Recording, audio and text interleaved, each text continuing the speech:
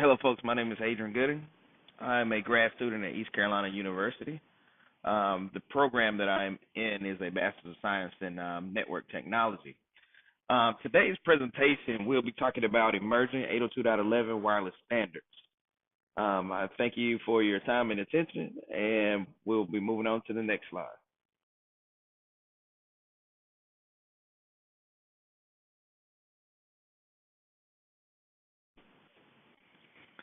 On the agenda, we have an introduction of 802.11 wireless standards. We also have the history of 802.11. Next, we'll move into 802.11 protocols. Also, we have driving factors of the emergence of 802.11. In addition, we'll have security and encryption. We'll also talk about wireless networking hardware. And last but not least, we'll be talking about industry leaders in wireless networking.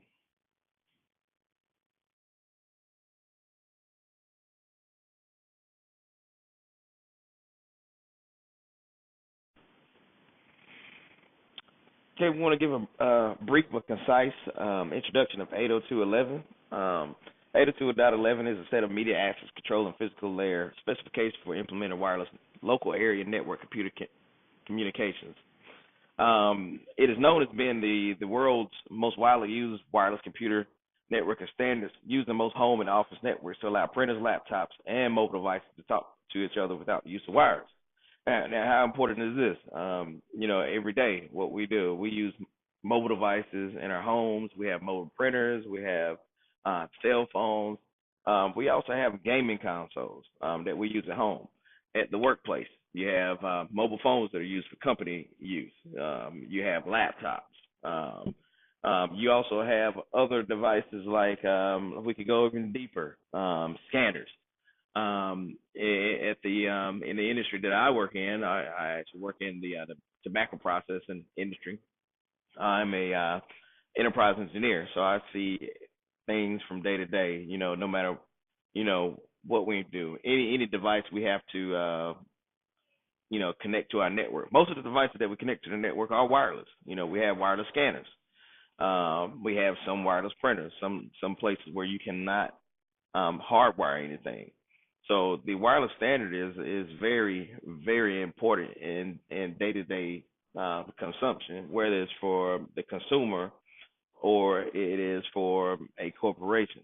Like I said, and with the emergence of BYOD, and which is bring your own device. This is for corporate and for telecommunications. Excuse me, I'm sorry, not telecommunication, but telecommuting. A lot of people telecommute, which means they work from home. So they use their wireless devices at home. They use their wireless devices at work as well. So this standard right here is very, very, very demanding. It's also very evolving. It evolves a lot faster, and we'll get into that a lot more throughout this presentation as well. We'll show how fast it evolves. The different types of protocols that we that are offered, the different types of data rates. All of that will be covered in this presentation. So I hope this is very informative to the to the listener or whoever's looking at the presentation, and I hope you can get some very, very good information from it.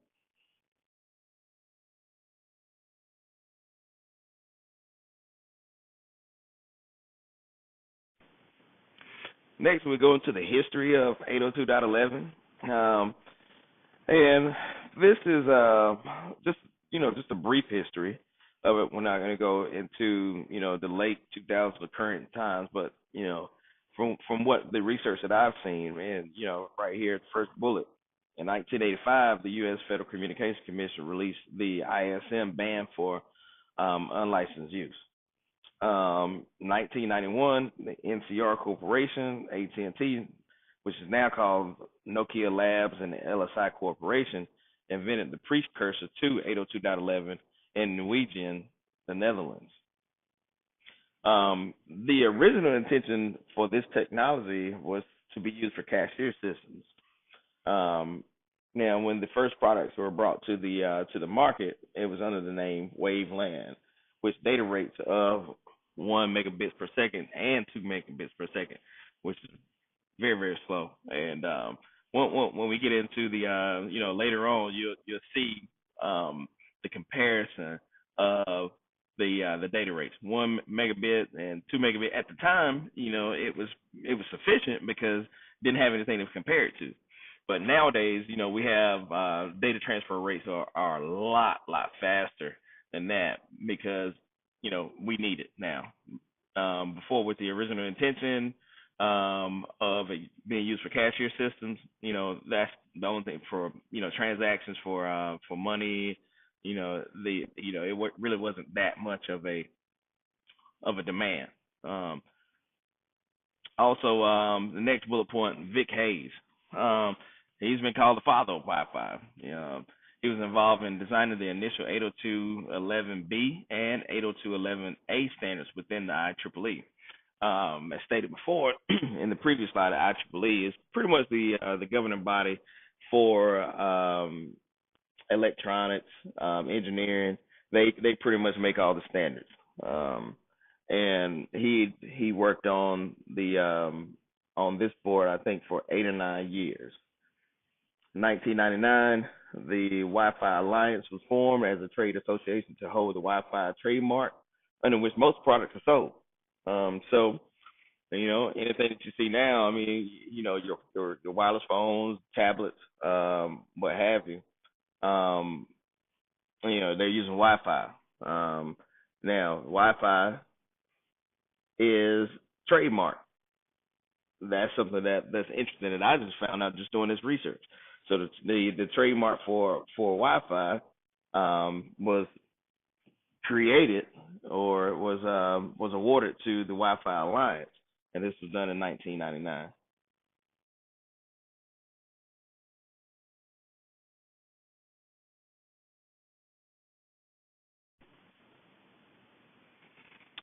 Next, we'll move into the protocols. This table that I created, it pretty much gives all the 802.11 protocols, current protocols, and you also have protocols that are due to be released in the future as well. This is a condensed table. There's a lot more metrics that we can add to this, but I tried to pick out what was most important and what I felt that most people could relate to. So we could just go down the line from here. First protocol, 802.11, 1997, was released in June 1997. Now the bandwidth is all in megahertz. This one, had a capacity of 22 megahertz. The data stream rate was 1 and 2, and this is, from the I think it was the previous slide, when it was first created. The data stream was 1 to 2 megahertz, and that was for that the intention for that use was for the cashier system. So that's the protocol that we're looking at for when it was initially created. Now, from there, then you go into to A. Now these are actually in alphabetical order. So some of the standards may seem out of order as far as how much the data stream rate is and the bandwidth, but we'll just going from here. Some of the earlier 802 protocols, 802.11a was released in September 1999, bandwidth of 20, and then you also have the data stream rates here. Most of the most I would say well-known data stream rate for 802.11.a is 54. Okay, which B was created before A. The data stream rate, although it does say it was released at the same time, B only the maximum for B was 11. The data stream rate for that was 11, and that's megabits per second. And then you go down the line, we have G, 802.11.G, released in June 2008. The bandwidth for that is 20. And then you also have data stream rates of 6, 9, 12, 18, 24, 36, 48, and 54. And then you have N. Now this is where we start getting into, some big time data transfer rates. N was released in October 2009. Bandwidth on that was you have two different bandwidths on that. You have 20 megahertz per second, which will give you up to 288.8 megabits per second on the data rate, and you also have 40. 40 can give you up to 600 megabits per second on the data rate. AC is probably one of the ones that we most people are using currently. If you bought a wireless router within the last, I would say, 5 years, it will probably be 802.11.AC. And I'm not going to go through all of this, but the data transfer rates on that, it could be up to 3,466.8 megabits per second. So we can see the difference in the data transfer rates. How much faster the transfer is from the mobile device to the access point or whatever's providing the wireless signal. AD was released back in December 2012. Bandwidth on that was pretty high, 2160, 6.7 gigabits. That's pretty high. AH was December 2016. AJ, which is actually my initials. A lot of people call me AJ. AX, which hasn't been released yet, AY and AZ. So they're already in the development process of creating different standards, and you see how fast it is evolving. Let's say the original release date was 1997. Then we had A, which was done in 1999. A and B were actually created, or it wasn't created, but it was released at the same time, September 1999. So then you have 9 years later, you go to G. So I mean, what was happening during this time? Let me see, G to N, that's a year. N to AC, 4 years. Actually, AD from N was 3 years. So just look at how fast it's evolving. From AX, AY to AZ, I mean, you're talking about 1 to 2 years difference. It's evolving very, very fast, and there's a reason why the standards are changing so much, and we'll get into that, I think, in our next slide.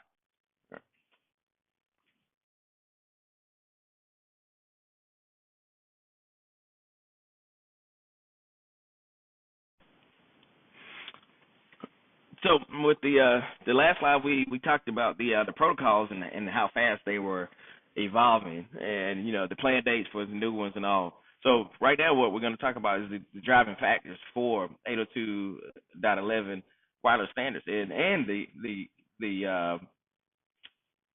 evolution of it and how fast it's evolving. Um, the first thing that we have is the emergence of mobile devices on public networks. So everywhere you go, I don't care if it's a airport, Starbucks, Barnes and Nobles, almost everywhere you go, there's wireless networks available. Okay, so it's for the public. The more people you have on those networks, the better performance you're going to have for your wireless your network. If you're going to provide this service, I mean, you want it to work. I would say, I can't give any statistics on it, but just think about how many people have a cell phone. That cell phone has wireless capability.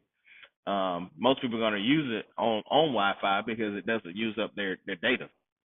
So if I'm sitting in Starbucks, I'm in even even the hospital. Yeah, hospitals have guest wireless networks as well. You're gonna turn that Wi-Fi on. Sometimes you may get faster connection speeds, but it's not gonna take away from your data plan. There is more demand in public networks. If you're gonna offer that service, you want to be able to meet the service level agreements that you have, like, for your customers. Um, it adds value to your well, not to your business or to the business.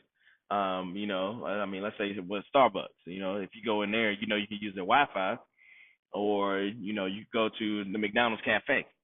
You can sit in there, you can do your work, drink your latte or whatever. Yeah, it may be. You can sit in there, do your work, and have your little snack, or do whatever you want to do. That just adds value to their business, because you can sit there and just do what you need to do, and enjoy coffee or whatever. But the most important thing is doing your work efficiently. Can I do my work efficiently? And that's one of the things that's going to add value to that business. If I have the ability to do my work efficiently, can I do it at a good pace? Do I get good speed? Those are good things that are gonna add value to that business. Now, BYOD in corporate settings. BYOD is bring your own device. This is, like I said, I'm a enterprise engineer for a global company. BYOD is really not that big for my company, but it's big for a lot of companies. My company, we provide devices for everybody, Eh, but every company is not like that. They allow you to bring your own device, and then maybe it's a MDM solution that they put on to control it. What you can do, what you can actually add to your phone, or to your device. But this is something that's very big in corporate settings today. BYOD.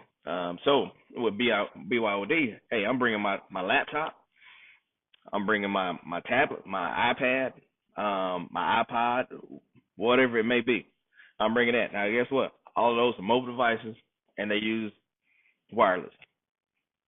So those are more devices that I'm putting on my wireless network for my corporation, or at my corporation. I'm sorry. We want these devices to work efficiently.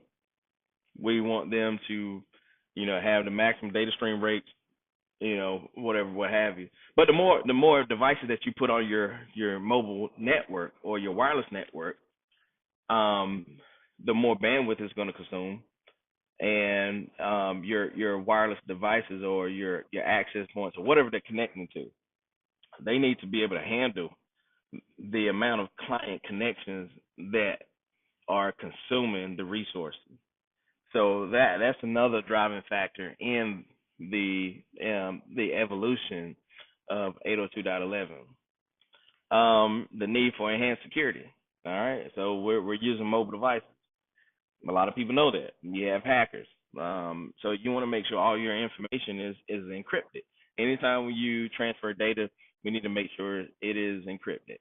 So with the evolution of 802.11, those wireless standards, we need to make sure that all data is safe.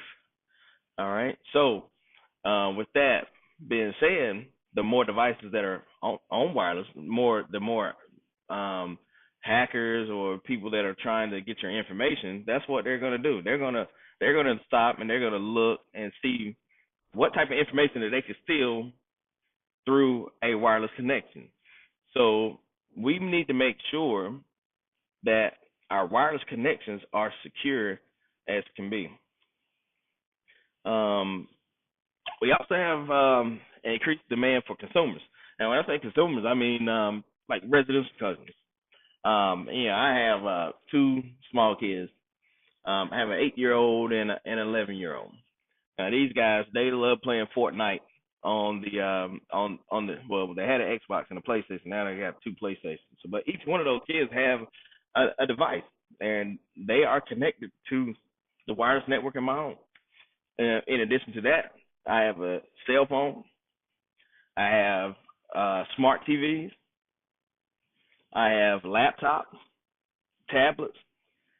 I can say in any given home, you're probably going to have at least 10 to 15 devices connected to your wireless network.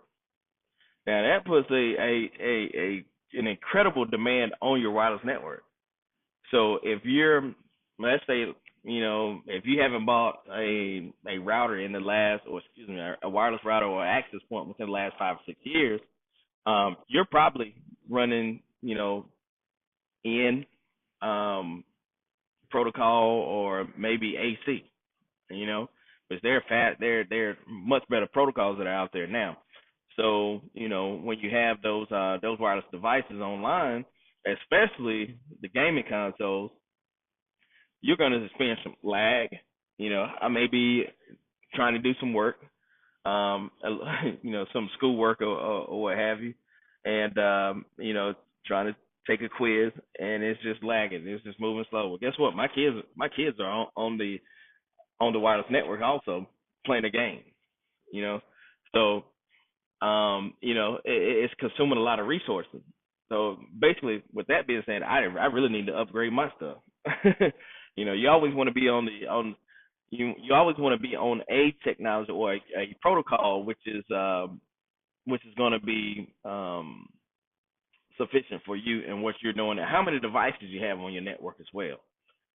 So the increased demand for consumers or for residential customers, it's definitely increasing because of the technology that's available now. Like I said, you have smart TVs, you have tablets, you have laptops, cell phones, gaming consoles. I mean, and then like I said, just recap on that. I mean, you can have anywhere between 10 to 15 wireless devices on your network at any given time. And that's not even including guests coming in your home. I have a guest network also. So, not even including, everything that's connected every day. I may have guests come in my home. Hey, can I use your Wi-Fi? Yeah, go ahead and hop on the guest network. Guess what? That's more resources that they're consuming. So there is an increased demand because everybody has a wireless device or they have some type of technology that uses wireless networking. And last but not least, I mean, you have bandwidth enhancements from service providers. You have cable service providers that I would say there. This has been a real big this has been something that has really improved over the years. Um, I know when I bought my house that I have now, I came in and with the cable company and the fastest speed that they could offer was 50 megabytes per second, which is actually really good. 50 meg, the phone company, at the time they could probably only offer me 30. 50 meg was good. Let me get that. All right, that was 5 years ago, 5 maybe 6 years ago. Now they're offering phenomenal speeds of up to a gig. That's a lot of bandwidth, guys. A gig. But guess what? That router that I bought, or that access point that I bought 5 years ago, I would never see a gig on my wireless devices because it cannot handle that type of speed. So, with the evolution of 802.11 standards, with the newer standards, they're built or they're made to withstand those faster speeds.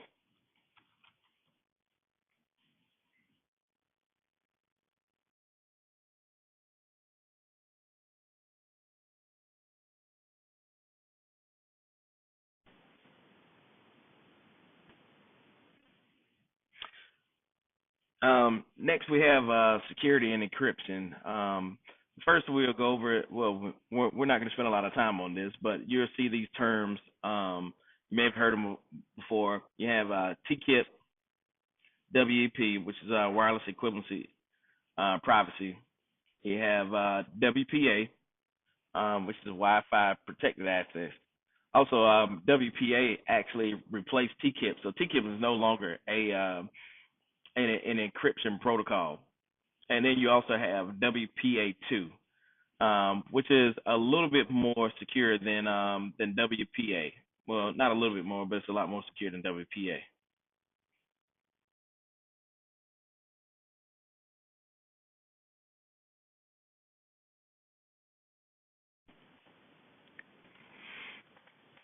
Now, also wanted to introduce us to wireless networking hardware. Probably the most. Now, you also have. I didn't list this here, but you also have wireless routers. A lot of people say, my router is not working. Blah blah blah. Your router can be in the networking world. A router does not necessarily have to be wireless.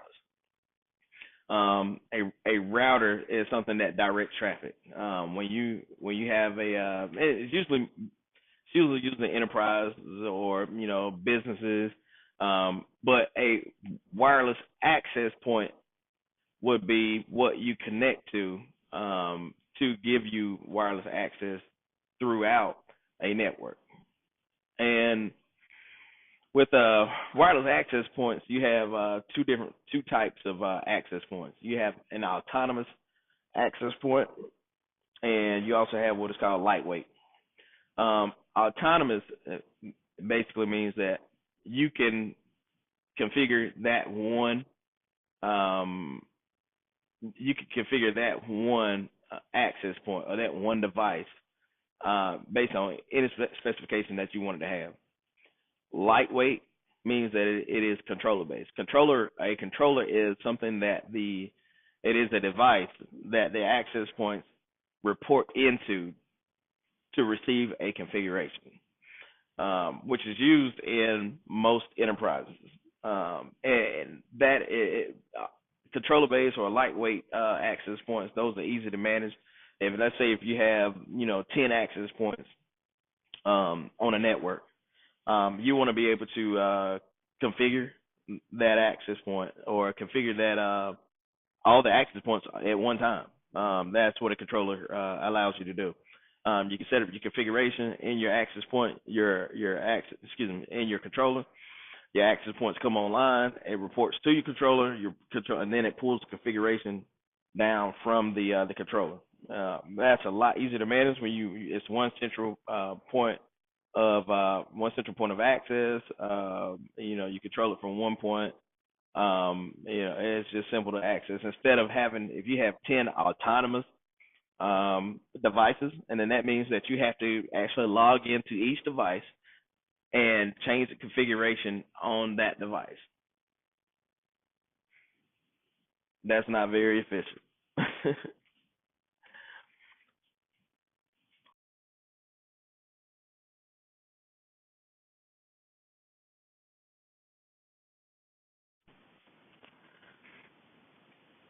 And now I've identified some of the industry leaders in wireless networking that provides hardware, and probably if I don't know of anyone that hasn't heard of Cisco. Cisco is probably the leader in wireless networking or networking period. Yeah, Cisco is one of the brand names that most people know. Now under Cisco, I highlighted Meraki, which Meraki is now owned by Cisco. Yeah, I added Cisco. Added Meraki in because these are some of my personal favorites. I've got a chance to work with Cisco, pretty much all of these on here, but the Meraki's to me are the easiest to manage. They're cloud. They have a cloud controller, so you don't have to purchase an actual appliance um, to control your access points or to control the configuration on your access points, and it just works. You can log into it from anywhere. Like I said, it is cloud based, subscription based. You can anywhere that you have internet, you can log in. You can change configurations. You can you can see everything. It's very very robust software. I like it. If you're looking at doing any type of wireless networking, I highly recommend looking at Meraki. Just go to their website and check them out. Just see how it is. Aruba is good too. It's one of the industry leaders. But you're a little bit limited though when it comes to the controller when it comes to the controller base access points. You're limited on how many connections you can have or how many access points you can have per controller. With Meraki, you're not. You're not limited on that. Arrow Hive, those are good. Ubiquities are good too. They're um, lower end access point. They're the Unify model for Ubiquity is good for residential use as well. Um, that one also has a free controller. You can download their controller software and put it on any computer, laptop, anything that you have in your home, and you can control the access points from there. And then you also have Avaya. Like I said, these are a couple of the industry leaders. These are the ones that I've had a chance to work with. There's some other providers also. I mean, you have D-Link, which are lower end, Netgear, and you also have like Links. Well, Links is no longer available. Links was bought out by Cisco as well. But these are commercial grade. This is commercial grade equipment, and it's something that I've worked with and had some great success with over the years.